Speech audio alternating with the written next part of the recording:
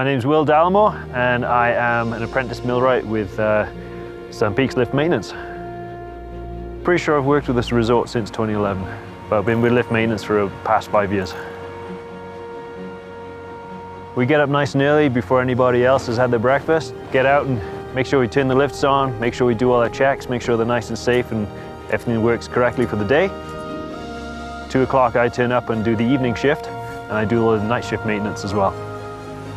We work hard to maintain and keep the lifts in good running order so that we can keep our guests safe and get them to the top of the hill quickly.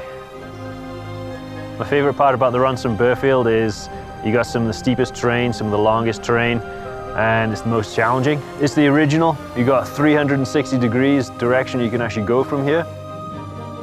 I chose to live at Sun Peaks mainly because of a girl, but this is an area I've been coming to for over 30 years and I absolutely love it. This is where I learned to ski.